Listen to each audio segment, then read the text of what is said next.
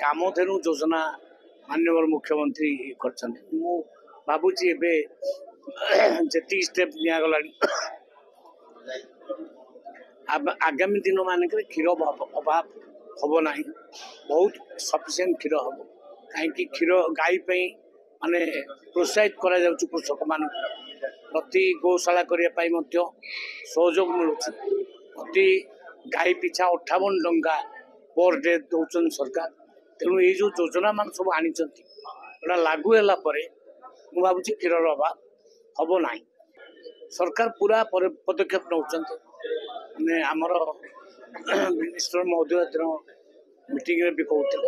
जे गो सुरक्षा आमर प्रथम टार्गेट तेणु तांकर सुरक्षा पाई जहाँ पैसा खर्च हम सरकार निश्चित आगामी दिन करेंगे। हाँ कामधेनु योजना से माने टार्गेट नहीं दुग्धर उत्पादन बहुत बढ़े टिके समय लगे किंतु करेंगे।